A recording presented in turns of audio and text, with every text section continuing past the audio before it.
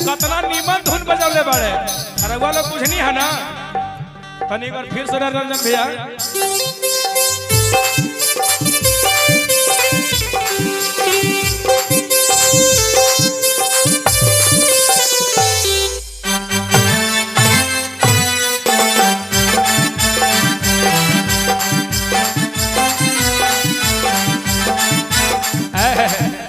कतना नीमन धुन रहे। भगवान शंकर लड्डू खा ले। भगवान शंकर को लड्डू पसंद है नहीं ना? माखन मलाई उनको पसंद क्या है? भांग का गोला है ना। एक बार उनके जितने दूत भूत हैं ना, यानी मैया पार्वती संजोग से अपनी मैके में थी हिमाचल में। अब भोलेनाथ कैलाश में, अब भांग पीसेंगे कौन? तो शंकर भगवान अपने दूत भूत से कह के आज तुम ही लोग भांग पीस दो। एक उनका दूत भूत सोचा कि आखिर भांग में आखिर गुण यानी कैसन हो कि भोलेनाथ रोज खाई ले तनिक हम हूं चखत तो देखले करके केहू देखत तो नहीं खे। उनकर एगो दूत तनी से भांग उठा के चटक गए। एगो देख लेता कहल रे तू भांग खैलो हो, चल हम भोलेनाथ से कहतनी, चल भोलेनाथ से कहतनी। तो कहत रे ऐसा मत करो। वो कहत रह गेला जवन देखले बाड़े ए देख ले लियो चाहियो हल्ला करे ले रे, देख ले लियो चाहियो हल्ला करे ले रे। भैया उनकर दूत भूत कहता रे कि देख ले लियो चाहियो हल्ला करे ले रे। तू भांग खाता रह, हम जातो नहीं भोलेनाथ से कहे खातिर। देख ले लियो चाहियो हल्ला करे ले रे। तो जे खैले बाड़ू कहत रे के यार चुप रहो, केहू के मत कहो। अरे हम तनिको चखनी तनिको तू चख ल सुनो, लेकिन हल्ला मत कर, त भारी बदनामी हो जाई।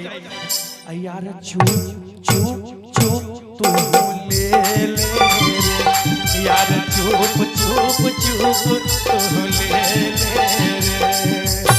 देख ले लियो जाहियो हल्ला करे ले रे, देख ले लियो जाहियो हल्ला करे ले रे।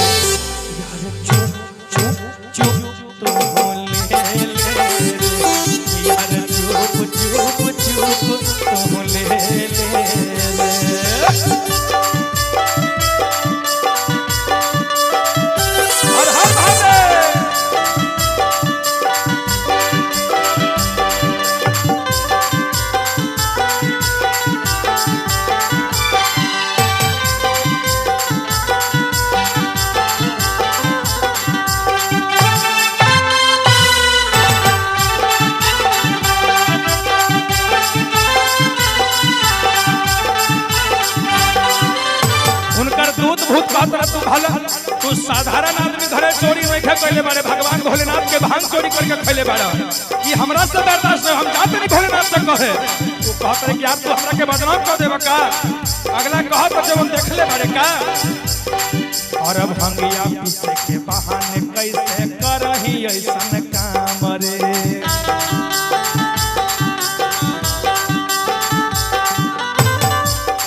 और भंगिया पीछे बहाने काहे करही ऐसन काम रे। तो कहत जब खैले बारे के यार चुप ना, तू नहीं खा मनबा। अरे हाला मत करे नहीं तो हो जाइबे बदनाम रे।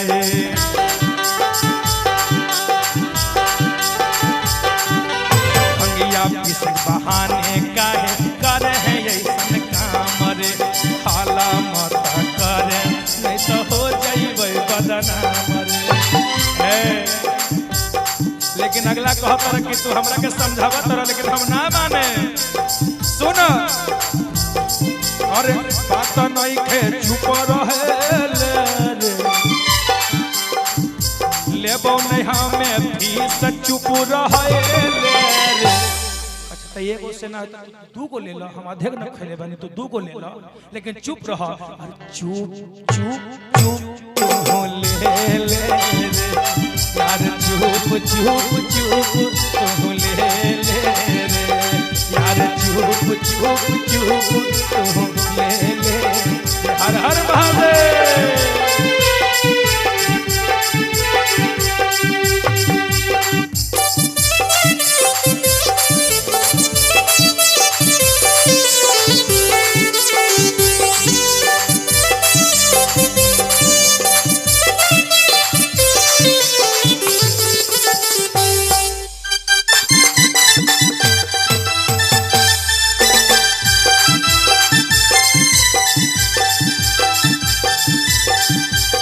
और हर हर महादेव।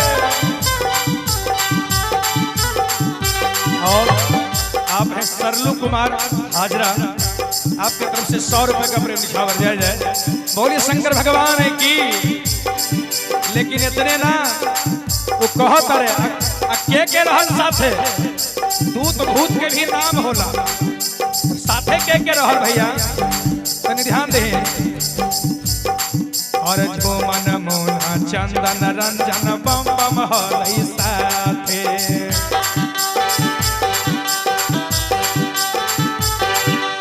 और इतने ना अब देखे वाला के रहल। और बालक नीतीश चंदो संतोष देख हलई पाछे।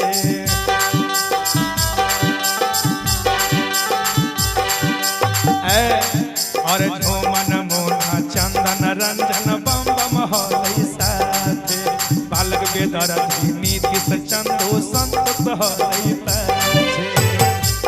आयतने ना सब केहू देख लेबा, सारा भगतवा आइल तुअरे कहे रे, सारा भगतवा आइल रह जढ़ारे ले रे यार, चुप चुप चुप ले ले रे यार, चुप चुप चुप ले ले। अरे यार चुप चुप चुप ले ले, अरे यार चुप चुप चुप ले ले, अरे चुप चुप चुप ले ले। हर हर महादेव।